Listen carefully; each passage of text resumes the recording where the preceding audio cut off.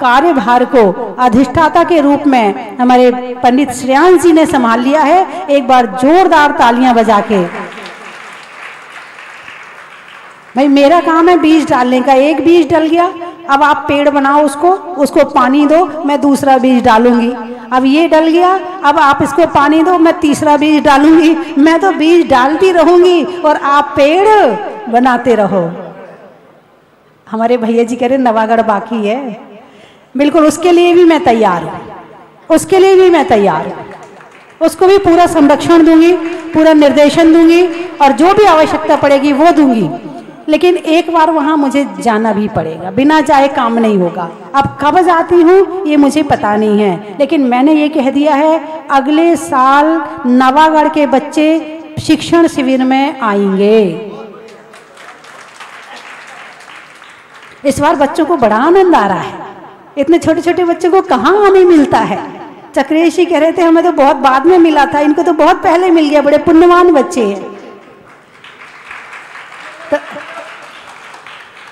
तो जो प्रशिक्षण है वो बच्चों के लिए अगले साल से नवागढ़ के गुरुकुल के बच्चे और मुरैना गुरुकुल के, और दोनों को मतलब जो व्यवस्था यहाँ वही व्यवस्था वहाँ, जो शिक्षा यहाँ वही शिक्षा यहाँ, वो सारा अपन एक सा कर लेंगे, उसमें कहीं अंतर नहीं करेंगे। ठीक है। अरे एक बार नवागढ़ के बच्चों के लिए और भैया जी के लिए जोरदार तालियां बजाइए। जैसा कार्य हमारे पंडित गुलाब चंद जी ने अपने जीवन में उन ऊंचाइयों को छुआ था और प्रतिष्ठाएं करवाई थी, एक मिसाल कायम की है, वही कार्य हमारे जय निशान भैया जी कर रहे हैं और उसी परंपरा को बिल्कुल आगे बढ़ा रहे हैं, है ना। अपने लिए तो हर कोई जीता है, अपने लिए तो हर कोई सोचता है, लेकिन धर्म की परंपरा को आगे बढ़ाने के लिए सोचे वो भगवान महावीर का सच्चा भक्त होता है। अपने लिए जिया, पशु भी जी लेता है, कोई भी जी लेता है, समान आदमी भी जी लेता है, लेकिन अपने साथ साथ औरों के लिए भी सोचें। जब तक आप भगवान नहीं बने हो, जब तक आत्मा के ध्यान की गहराई में नहीं पहुंचे हो, तब तक आप अपने साथ साथ दूसरों के लिए भी सोचें। कम से कम हम भगवान नहीं बन पा रहे हैं तो देवता तो बन जाएं। अरे बोलिए ना। और कौन कहता है मैं विद्वान दान नहीं देते हैं? देखो रोज कितनी बोलियां ले रहे हैं, रोज बोलियां ले रहे हैं। एक बार अपने लिए तालियां बजाइए। हाँ वही तो मैं कह रही हूँ, विद्वान ही बोलियां ले रहे हैं। हाँ भाई केशवराव पाटन वाले, ये दान तुम्हारा बड़ा क्वालिटी वाला है जो ये दे रहे हैं, इसमें बड़ी क्वालिटी है। अब ये मंदिर के निर्माण में लगेगा, है ना। और जिसमें शुभ, आपने कहते हैं ना किसी के हाथ का शुभ हाथ का दान ले लो तो फिर बाद में सब अच्छा होता चला जाता है। तो ये शुभ हाथों का दान है जो आपने यहाँ पर दिया है और अब वो मंदिर निर्माण में जाएगा। और अभी भी कोई देना चाहता हो तो मना मत करना, कोई मंदिर निर्माण में देना चाहता हो तो ले लेना, मना मत करना। ये शुभ हाथों का दान है और शुभ हाथों का दान देना भी चाहिए। ठीक है, ठीक है।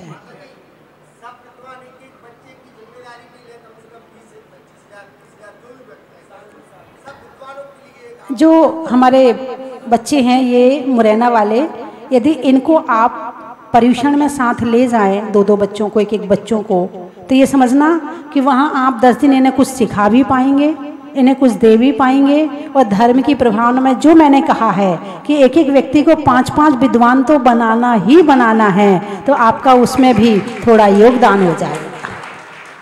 तो अपने आप ही ये स्वीकृति आप दे देना। चक्रेश जी हैं, उन्हें बता देना कि कौन किसको ले जाना चाहता है, तो अपने साथ जरूर ले जाना।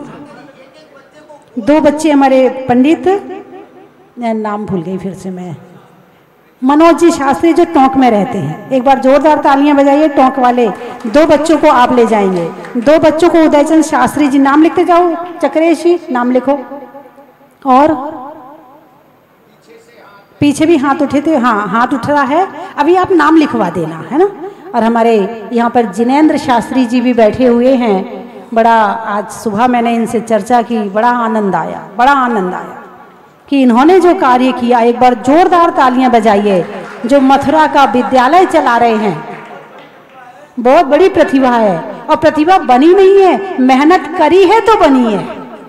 इंसान के अंदर क्षेत्र मिल जाए तो योग्यता निकालने का कार्य हो जाता है। क्षेत्र ना मिले, इन्हें क्षेत्र भी मिला और इन्होंने उसमें काम चोरी भी नहीं करी, इन्होंने उसमें लालच भी नहीं किया। इन्हें कह रहे थे 8 महीने तक मुझे तनख्वाह नहीं मिली, फिर भी मैं लगा रहा। ऐसे ही हमारे चक्रेश जी को 1 साल से तनख्वाह नहीं मिली है, बता रहे थे अभी। कोई बात नहीं, लगे रहो, कभी आप तो बीज डालते रहो, अधीर मत हो। धरती में बीज जाता है तो पेड़ बनने में टाइम तो आज आपने बीज डाला और आज ही फल खाने को मिल जाए तो नहीं मिलते हैं। तो बड़ा अच्छा लगा।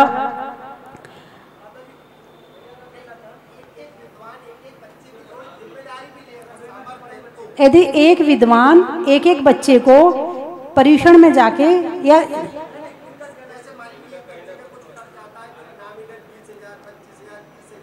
1 साल का, 1 साल का कितना भैया जी? हाँ आप बताओ।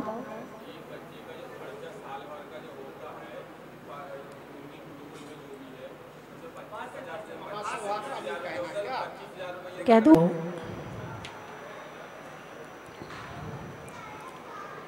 फल, सब्जी और जो भी चीज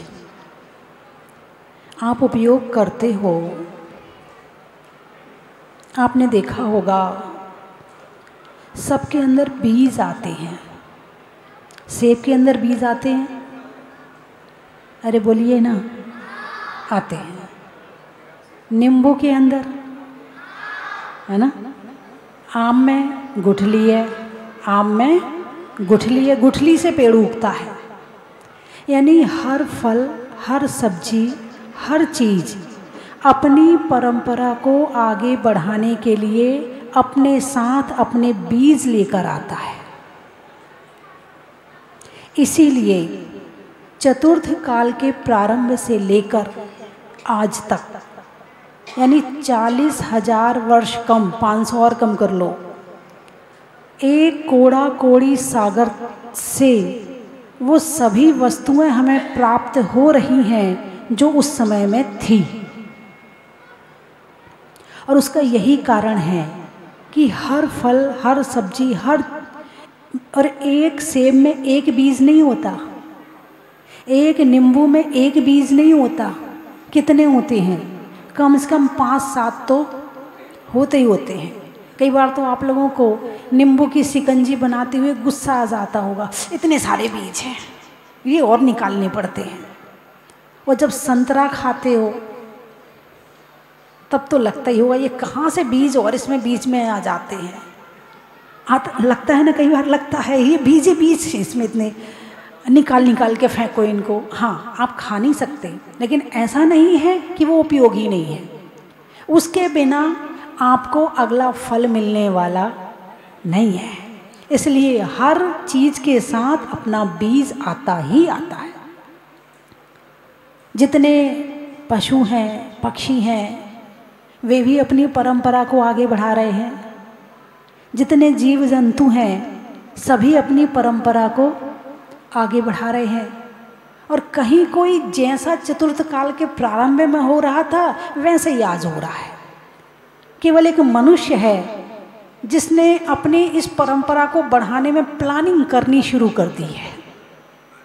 अब वो बिना प्लानिंग के नहीं करता है, लेकिन प्रकृति ये सारे काम बिना प्लानिंग के, आप प्लानिंग नहीं करते, प्रकृति करती है प्लानिंग कि कितने लोग इस धरती पर रहेंगे, कितने लोग, कितने जीव रहेंगे, कितने जंतु रहेंगे, कितने फल रहेंगे, कितने क्या रहेंगे।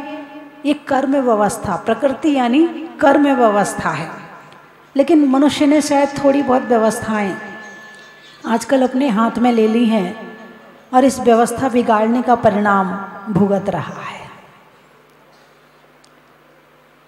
बंधुओं, पहले कहते थे घर में 4 बेटे होंगे तो एक देश की सेवा में जाएगा, एक समाज की सेवा में जाएगा, एक मुनि का बनेगा तो धर्म की सेवा में जाएगा, और एक मेरी सेवा करेगा। अब वो होता ही एक है क्या? अब प्लानिंग है, एक से ज़्यादा नहीं करना है। हाँ, हमारे यहाँ क्वालिटी है, हम क्वालिटी मेंटेन करते हैं, अच्छे स्कूल में पढ़ाना है, अच्छा ये करना है, अच्छा वो करना है, इसीलिए, है ना। लेकिन ऐसा नहीं है। चलिए, ये चर्चा अलग है, ये विषय अलग है। फिर भी आजकल सरकार भी इस मामले में बड़ा ध्यान दे रही है और बोर्ड लगाती है, हम दो हमारे दो, बस इससे ज़्यादा मत करना वरना हम संभाल नहीं पाएंगे। लेकिन हर जीव अपना भाग्य लेकर आता है, ठीक है। चलिए, अब इससे हटके कुछ चर्चा करनी है। हर जीव जंतु अपनी परंपरा को बढ़ाने का साधन तो लाते हैं, मगर अपने अंदर गुणों को बढ़ाने का साधन नहीं लाते हैं। एक चिड़िया है, चिड़िया बन के जन्म लेती है, चिड़िया बन के मर जाती है। एक गधा, गधा बन के जन्म लेता है, और ऐसा नहीं कि उसने जीवन भर कुछ अच्छा किया हो तो घोड़ा बन जाएगा, नहीं, वो गधा बन के ही मरता है। एक नारकी, नारकी बन के जन्म लेता है और नारकी बन के ही मृत्यु को प्राप्त हो जाता है। एक देवता, देवता बन के ही जन्म लेता है और देवता बन के ही मृत्यु को प्राप्त हो जाता है। लेकिन एक मनुष्य, मनुष्य बनकर जन्म लेता है और वो प्रयास और पुरुषार्थ करे तो भगवान बन के निर्वाण को प्राप्त कर सकता है। एक देवता में मनुष्य की संभावना नहीं है, देवता देवता है। एक नारकी में मनुष्य की संभावना नहीं है, नारकी नारकी है। एक पशु में पशु की संभावना है, लेकिन मनुष्य की संभावना नहीं, वो पशु है। लेकिन एक मनुष्य में चारों संभावनाएं विद्यमान हैं। वो मनुष्य मनुष्य भी बना रह सकता है। वो मनुष्य जब देने वाला होता है तो देवता बन जाता है, जब सेवा करने वाला होता है तो देवता बन जाता है, जब वो निकृष्ट कार्य करता है, बोले ये तो पशु बन गया, पशु कहते हो कि नहीं कहते, है ना। इसी तरह से नारकी जब घर में ज़्यादा कलेश करे, ज़्यादा लड़ाई करे, ज़्यादा झगड़ा करे, बोले इसने तो घर को नरक बना दिया, कहते हो ना। एक मनुष्य में नारकी की संभावना भी है, एक मनुष्य में पशु की संभावना भी है, देवता की संभावना भी है, और साधना करे तो भगवान की संभावना भी है।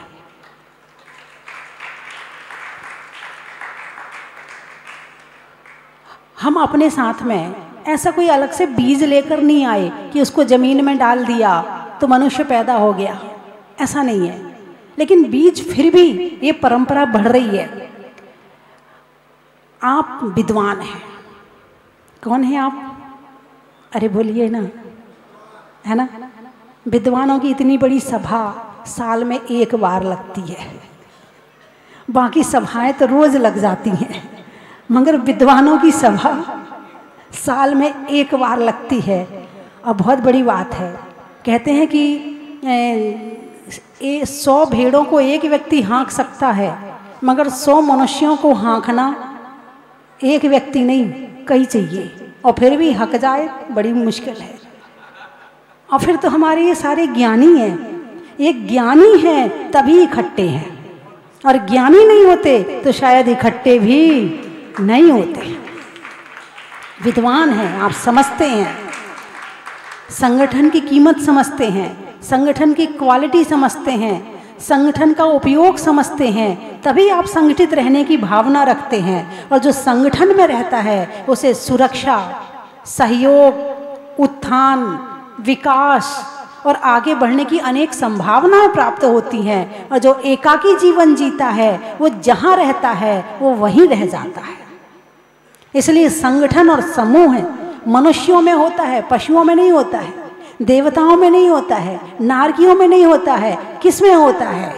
मनुष्यों में होता है। और मनुष्य जब संगठित होकर रहता है तो उसका विकास होता है, और इतना विकास होता है, इतना विकास होता है कि वो जाने कहाँ तक पहुँच जाएगा।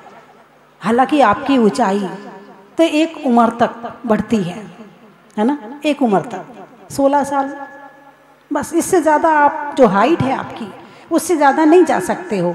फिर भी कहते अरे वो बहुत बड़ा ज्ञानी है, वो बहुत बड़ा आदमी है, वो बहुत बड़ा इंजीनियर है, वो बहुत बड़ा डॉक्टर है, बहुत बड़ा, उसके यहाँ जरूर जाना, वो बहुत बड़ा डॉक्टर है। अब ये बड़ा शब्द कहाँ से लगा? हाइट से? कहाँ से लगा? उसके साथ ये बड़ा शब्द कहाँ से लगा? ये बड़ा शब्द लगा उसकी योग्यता से, उसकी क्वालिटी से, उसके ज्ञान से, उसके कार्य से, उसकी सेवा से, उसकी भक्ति से, ये बड़ा शब्द उसके साथ में लग गया है। किसी पशु को नहीं कहते वो बहुत बड़ा, बहुत बड़ी गाय है, वो बहुत बड़ा बैल है, नहीं कहते। हाइट में कह सकते उसकी हाइट बहुत बढ़िया है, लेकिन क्वालिटी में बड़े बन गए, यानी ये आपका अपना पुरुषार्थ है, आपने आके कुछ किया है जो आपके साथ में ये बड़ा शब्द लग गया है, वरना ये बड़ा शब्द सबके साथ में नहीं लगता है। और इस बड़ा शब्द को लगवाने के लिए इंसान कितनी मेहनत करता है, आप तो कुछ भी मेहनत नहीं करते हो। ये जो इंजीनियर बनते हैं, डॉक्टर बनते हैं, सीए बनते हैं, ये जितनी मेहनत करते हो ना, विद्वान बनने के लिए 25% मेहनत करते हो तो बन जाते हो, उतने में आप बड़े बन जाते हो। यहाँ ज़्यादा मेहनत नहीं करनी पड़ती है, फिर भी आप बहुत बड़े बन जाते हो। लेकिन यहाँ पर जितनी मेहनत करोगे उसका रिजल्ट 100% है, और वहाँ जितनी मेहनत की जाती है उसका रिजल्ट केवल पैसा है। क्या है? पैसा है और थोड़ा सा सम्मान, थोड़ा सा, ज़्यादा नहीं, थोड़ा सा सम्मान है बस। और यहाँ थोड़ी सी भी मेहनत करोगे तो सम्मान भी ज़्यादा है, ज्ञान भी ज़्यादा है, विकास भी है, निर्णय क्षमता भी है, और आगे बढ़ने का साधन भी है बंधुओं। लेकिन जहाँ हो वहाँ नहीं रहना है। आ जाइए, आ जाइए, आ जाइए, यहाँ विराजमान करवा दें। हमारे विधायक साहब आ गए हैं। कौन आ गए? विधायक साहब। ये सामान्य व्यक्तियों से बड़े हैं, है ना?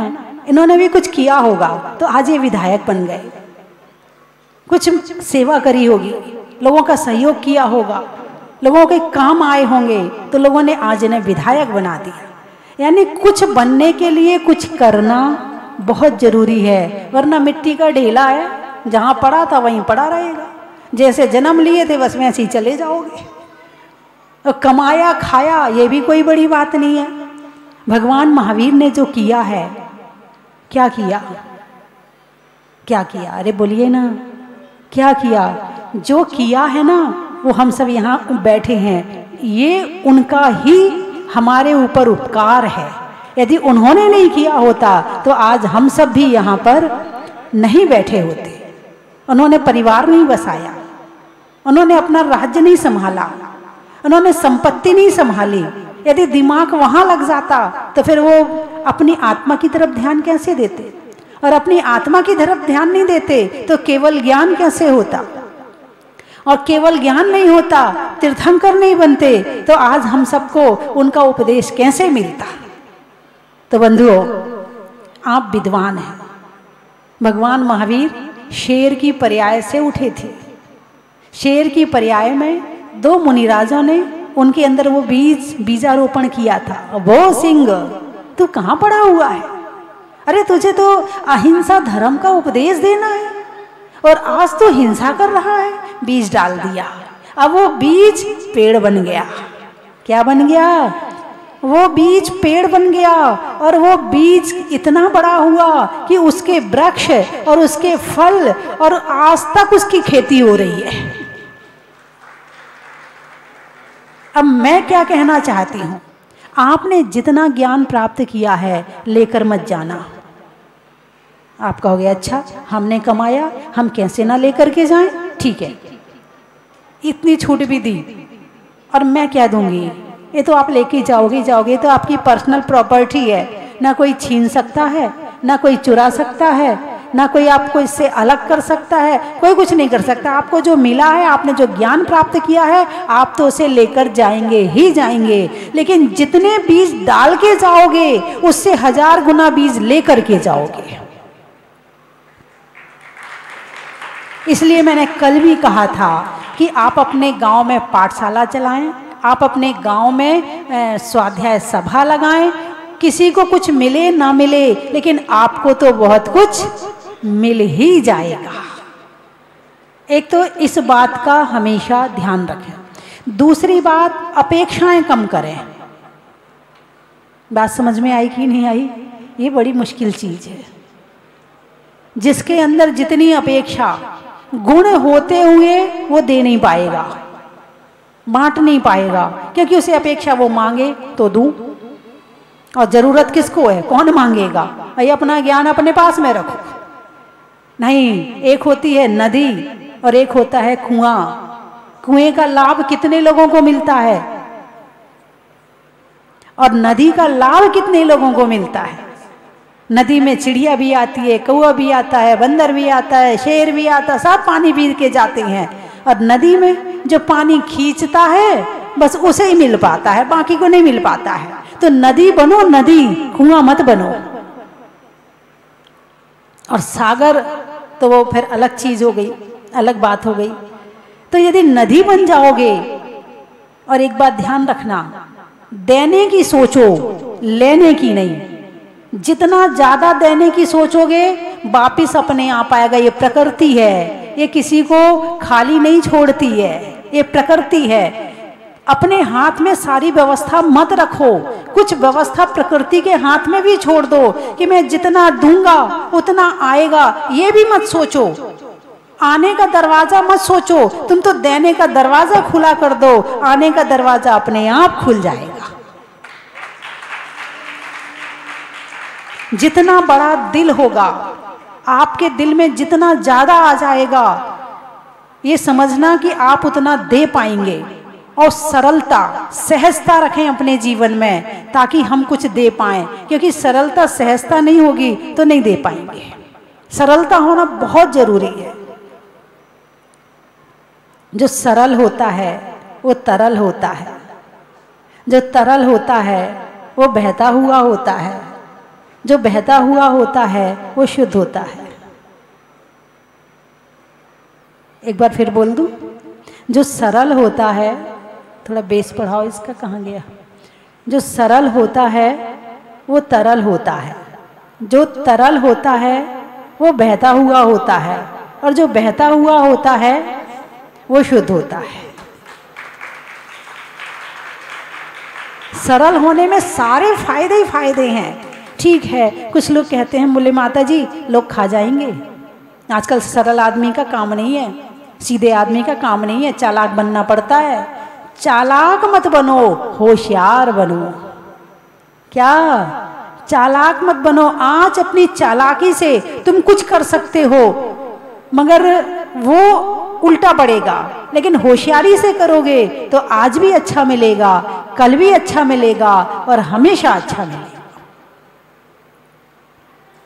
संदेश तो बहुत सारे देने हैं। कल भी मैंने कहा था कि विद्वान का भोजन, विद्वान के वस्त्र, विद्वान की वाणी, तीनों हर व्यक्ति पर प्रभाव डालती है। और कल जब मैंने कहा तो आज एक विद्वान मेरे पास आए, बोले माता जी मैं हाफ पैंट पहनने का त्याग करता हूँ। चलो मुझे अच्छा लगा कि एक ने तो त्याग किया, क्योंकि इसका प्रभाव सही नहीं जाता। भाई एक व्यक्ति को आप किस वेशभूषा में देखना चाहते हो? एक साधु को आप किस वेशभूषा में देखना चाहते हो?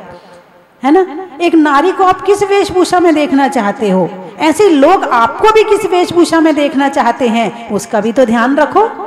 हम दूसरों को तो देखना चाहते हैं और खुद चाहे जैसे बने। एक होता बहुरूपिया, जानते हो? एक रूप और बहुरूप। आजकल बहुरूपिया जाता है, सुबह कुछ कपड़े पहनेंगे, शाम को कुछ पहनेंगे, दोपहर में कुछ पहनेंगे, शाम को रात में कुछ पहनेंगे। ऐसा लगता है पहचान ही नहीं पाती है सुबह वाले हैं या दोपहर वाले हैं। भाई आप विद्वान हो, आप अपना एक रूप रखो ताकि कहीं भी मिलो और वो व्यक्ति आपको जब भी याद करे तो आप उसके दिमाग में एक ही चित्र आए। आप उसे कभी किसी ड्रेस में मिले, कभी किसी ड्रेस में मिले, तो उसके दिमाग में क्या चित्र बैठेगा? और विद्वान जब तक सामने वाले के दिमाग में नहीं रहेगा तब तक उसका कार्य संभव कैसे होगा? सामने वाले के अंदर जाना एक विद्वान का काम होता है। और अंदर कैसे जाना है, कैसे अपनी छवि बनानी, अपनी ज्ञान से, अपने वस्त्रों से। वस्त्र हालांकि कोई बड़ी चीज नहीं है, लेकिन ये बहुत बड़ी चीज है। सामने वाले को पढ़ने के लिए सबसे पहले उसके वस्त्र होते हैं। इसलिए इस पर भी और भी बहुत सारी बातें भैया जी ने बताई थी, होना जरूरी है और होना भी चाहिए, और करेंगे तो लाभ ही लाभ है। आधुनिकता के साथ में मत भागो, मत भागो, कोई एंड नहीं है उसका, कहीं एंड नहीं है उसका। यदि हम जहाँ हैं वहाँ रह के काम करेंगे तो शायद आपसे लोग बहुत कुछ सीख पाएंगे। आप उनके जैसे नहीं बनो, उनको अपने जैसे बनाओ। और जैसे एक बीज अपने साथ कई बीज लाता है, और विद्वानों के लिए मेरी प्रेरणा है कि कम से कम एक विद्वान 5 विद्वान तो बनाकर ही इस दुनिया से विदा ले, तो आपका विद्वान बनना सार्थक है। और ये मत सोचो कि विद्वान की कमाई नहीं होती है। लगन हो, परिश्रम हो और मेहनत हो, तो इससे ज्यादा कमाई किसी सीए की नहीं है, किसी की नहीं है। मेहनत करनी पड़ती है। तुम सोचो कोई तुम्हें लाके दे दे तो कोई नहीं देगा, घर में कोई नहीं दे रहा है, उसकी चिंता मत करो आप। आदमी लेके तैयार बैठा है, लेने वाला चाहिए, देने वाले तो यूं बैठे हैं, मांगना भी नहीं पड़ेगा। तो बंधुओं, आज ये अखिल भारतीय शास्त्री परिषद 120 साल पुरानी संस्था का अधिवेशन चल रहा है, और इसमें विद्वानों की रुचि, विद्वानों के भाव जो मैंने देखे, मुझे बहुत अच्छा लगा। और जितने विद्वान मैं देख रही हूँ, एक भी विद्वान ऐसा नहीं लग रहा जो कमजोर हो। सारे के सारे मुझे एक पे एक नजर आ रहे हैं, हर व्यक्ति में क्वालिटी नजर आ रही है। एक का प्रभाव 10 पर पड़ता है, 10 का प्रभाव 100 पर पड़ता है, 100 का प्रभाव 1000, 1000 का लाख, लाख का करोड़ों पर पड़ता है, और एक विद्वान का प्रभाव लाखों पर पड़ता है। सामान्य व्यक्ति का पड़ सकता है तो आपका क्यों नहीं पड़ सकता है? तो आप अपने जीवन की क्वालिटी बढ़ाएं, योग्यता बढ़ाएं, लगन और परिश्रम शुरू करें, और मेहनत ज्यादा करें, और मोबाइल कम चलाएं। मोबाइल में अपना टाइम खराब ना करें, क्योंकि आप विद्वान हैं, आप बहुत कुछ कर सकते हैं। जितना टाइम आप मोबाइल को दे रहे हैं, इतने में आप अपनी योग्यता को और ज्यादा बढ़ा सकते हैं। तो 3 वर्ष से जो मैं अधिवेशन देख रही हूँ, मुझे इस बार बहुत ज़्यादा अच्छा लग रहा है। मैं शिविर देख रही हूँ, मुझे इस बार बहुत ज़्यादा अच्छा लग रहा है। और इस बार आपके शास्त्री परिषद में हमारे अध्यक्ष शास्त्री परिषद के पंडित श्रेयांश जी को उनकी योग्यता, उनकी क्वालिटी, उनके ज्ञान, उनकी मेहनत और उनके जैन समाज के प्रति समर्पण को देख करके उन्हें परिषद ने फिर से अध्यक्ष बनाया है। और निश्चित ही इनके अंदर वो चीज है जो एक अध्यक्ष के अंदर, और आज भी हमारे समाज में कोई भी कार्य होता है और कोई भी निर्णय लिए जाएं, तो हमारे पंडित श्रेयांश जी के बिना कोई निर्णय, कोई कार्य नहीं होते।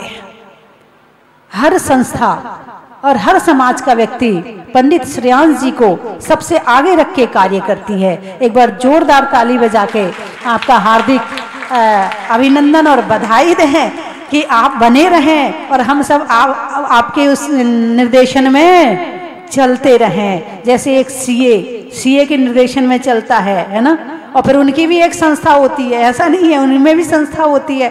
तो ऐसे ही जब तक हम उस लेवल तक ना पहुंच जाएं, उस ऊंचाई तक ना पहुंच जाएं, तब तक ऐसे विद्वानों के सानिध्य में और ऐसे विद्वानों को देखकर मेहनत, लगन, परिश्रम करते रहें और वहां तक हम भी पहुंचने का प्रयास करें।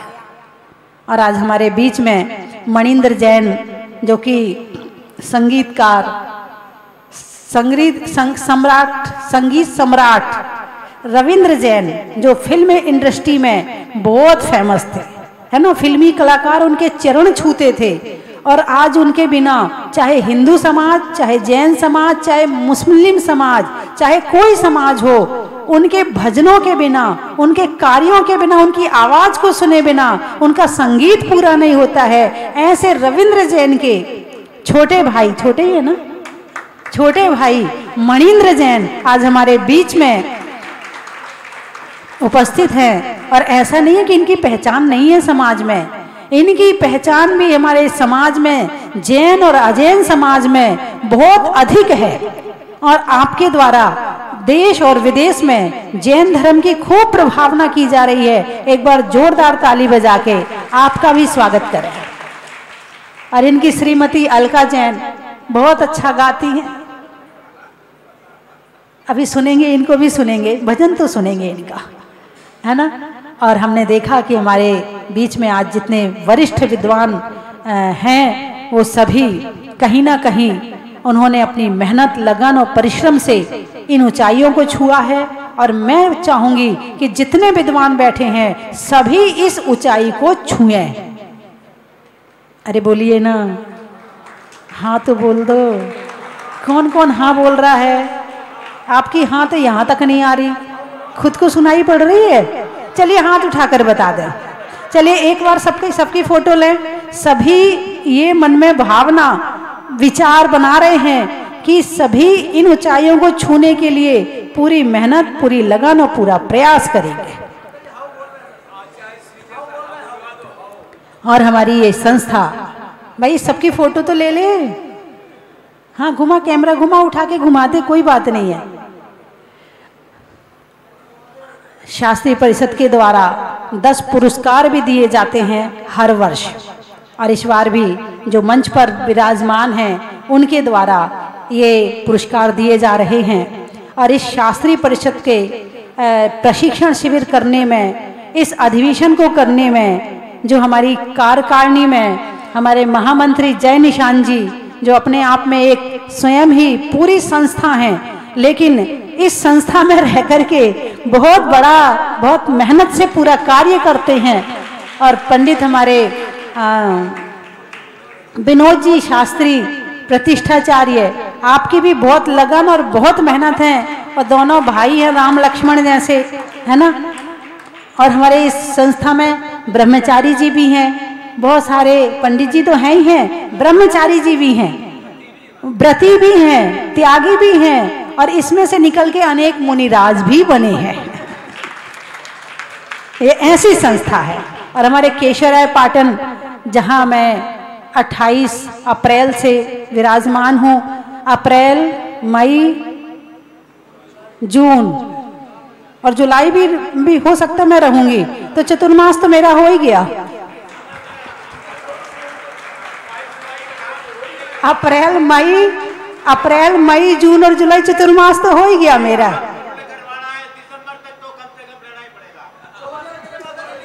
नमो अरिहंतारम, नमो सिद्धारम, नमो सिद्धारम, नमो सिद्धारम, नमो सिद्धारम। तो बंधु और हमारे ब्रह्मचारी मनीष भैया जी के द्वारा मेरी भावना थी कि भगवान मुनि सुब्रत नाथ जो जहाजपुर वाले हैं, यहाँ के जो मुनि सुब्रत नाथ हैं, वो भी 2500 वर्ष प्राचीन मंदिर है।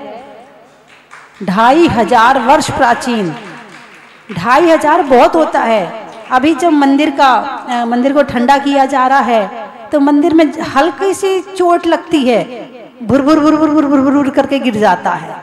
यानी 2500 वर्ष प्राचीन होने के कारण से ये लोग तो बेचारे कभी गार्डर लगाते थे, कभी वो पानी चूता था तो उसमें कभी वाटर प्रूफिंग करवाते थे, कभी कुछ करवाते थे, काम चला रहे थे। क्या काम चला रहे थे। लेकिन अब जब देखा कि मंदिर की हालत बहुत गंभीर है तो इस मंदिर को पुनर्निर्माण अवश्य करना चाहिए। तो केशवराय पाटन ने, इसकी समाज ने और कमेटी ने ये निर्णय लिया। ये सोनागिर चतुर्मास से कई बार मेरे पास आए, मैंने कहा आती हूँ, देखती हूँ। वैसे मेरा प्रोग्राम भैया जी के प्रेरणा से नवागढ़ जाने का बहुत ज़्यादा हो गया था, लेकिन पता नहीं यहाँ के भगवान बुला रहे थे इसलिए वहाँ का कैंसिल हो गया और मैं यहाँ आ गई, वरना जाने का तो मेरा वहीं था। तो निश्चित ही यहाँ के मंदिर का निर्माण का कार्य अब प्रारंभ हो गया है और एक सुंदर मंदिर भगवान का यहाँ पर बनाया जाएगा। और जहाजपुर में जो भगवान हैं, आप लोगों ने दर्शन किए कि नहीं किए? किस किस ने दर्शन किए हैं?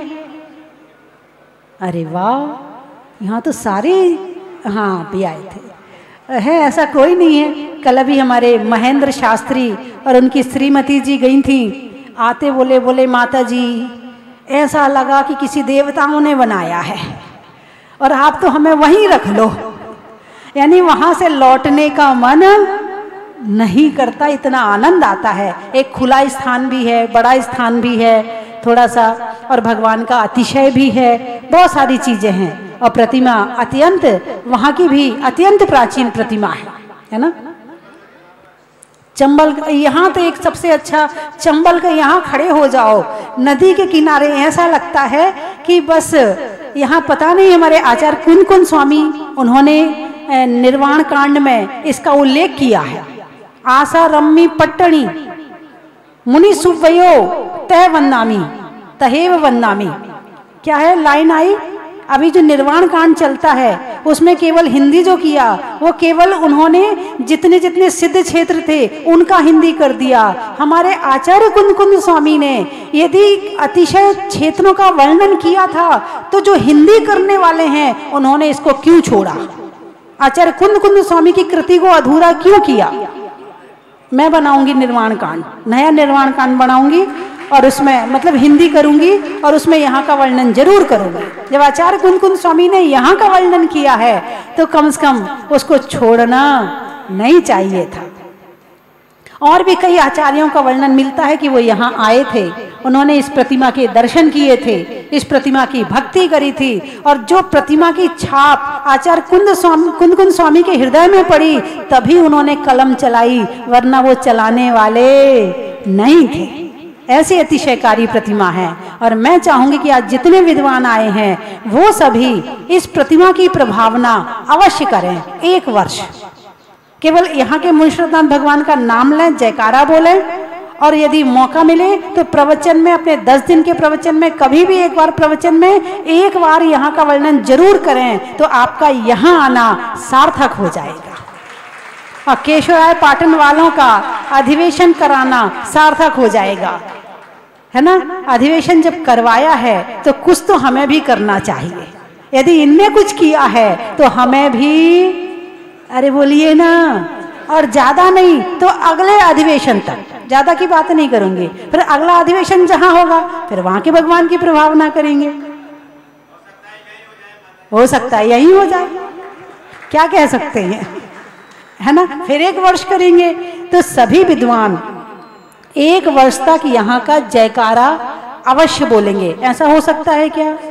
कौन कौन कर सकता है, हाथ उठाकर बताओ। एक वर्ष तक केशवराय पाटन के अतिशयकारी मुंशीनाथ भगवान की जय, और एक बार यहाँ का वर्णन करना। अभी आपको क्षेत्र परिचय लाके दे दें, पुराना वाला लाके दे दें, भी नया और तैयार करवाएंगे, है ना।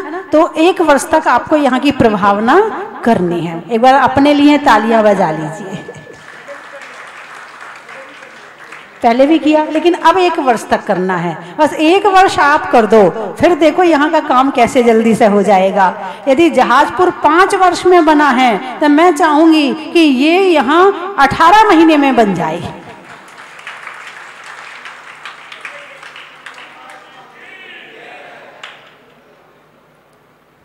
और जहाजपुर के मुनि सुब्रतनाथ भगवान का मेरा भाव था कि ग्रंथ निकले, मेरा भाव था।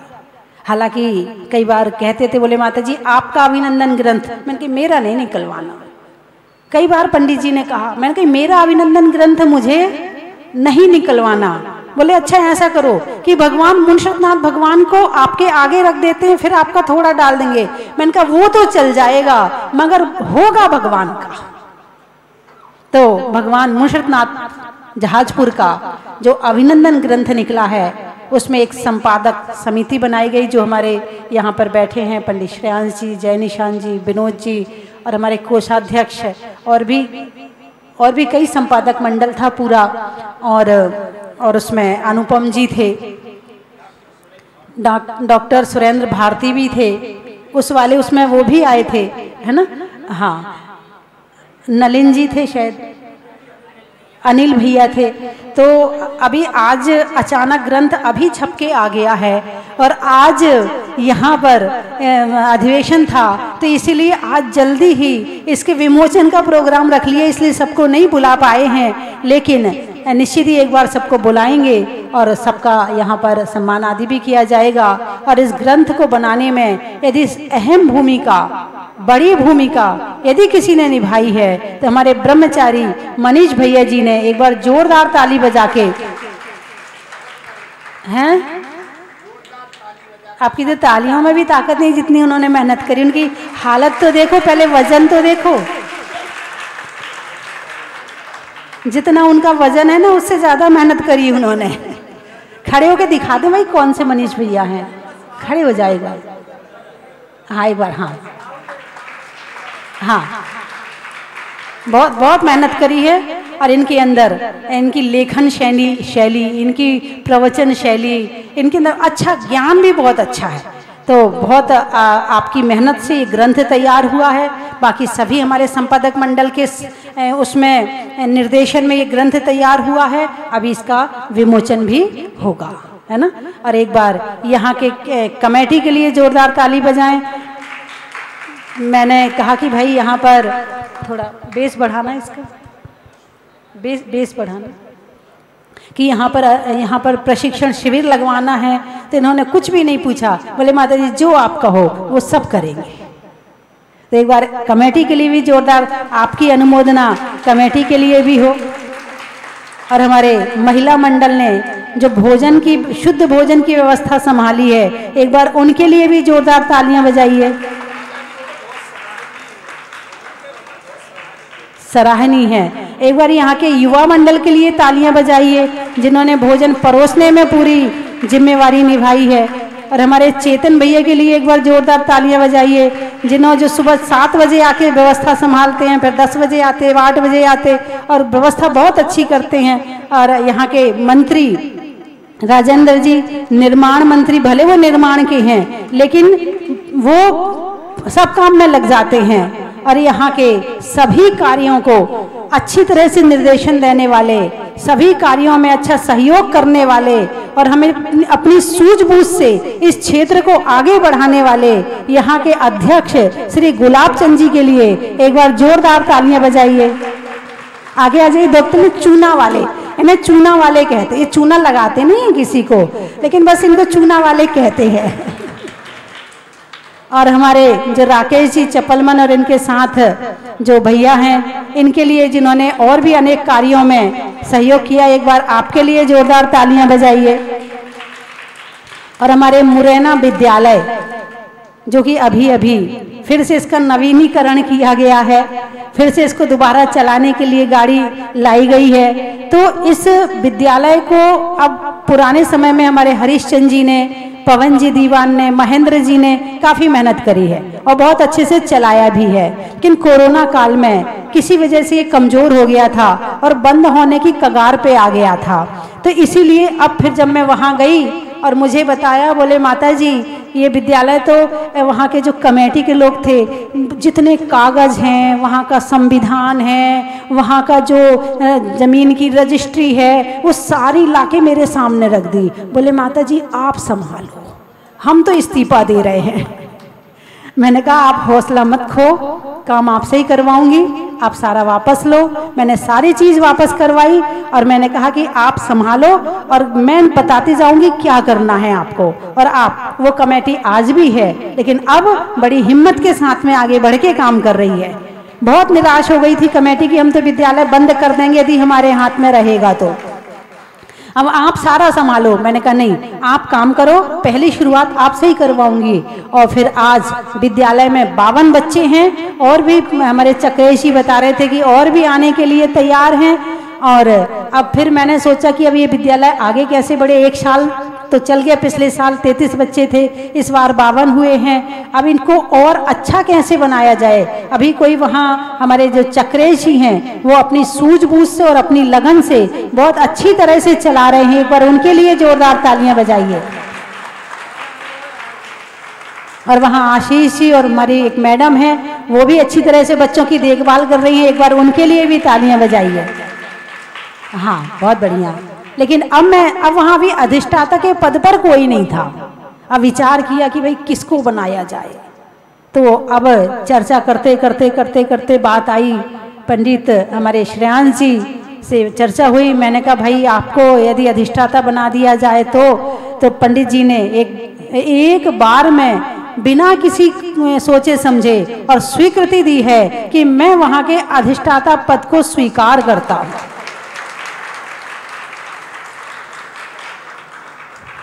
और मैंने अभी सुबह और इनके साथ में सोनल शास्त्री कहाँ हैं क्या? ये तो बीच में ही गायब हो जाते हैं, है ना। सोनल शास्त्री आपके साथ में सह अधिष्ठाता के रूप में रहेंगे और उसका कार्यभार संभालेंगे। तो इस तरह से अब जो मेरे मन में विचार था क्या होगा कैसे होगा, भाई बच्चों को देख के देखो एक सोच तो आता ही है। जैसे मैंने कहा कि बीज डालना, मैंने अपने जीवन में एक ही काम किया है, केवल बीज डालने का। अब तुमने संभाल लिया, अब संभालो तुम। मालकियत नहीं करना, मालकियत करने में तो पकड़ना पड़ता है, टेंशन करनी पड़ती है, चिंता करनी पड़ती है, और निर्देशन और आशीर्वाद और बीज डालने में कोई चिंता नहीं करनी पड़ती है, कोई टेंशन नहीं करनी पड़ती है। तो अब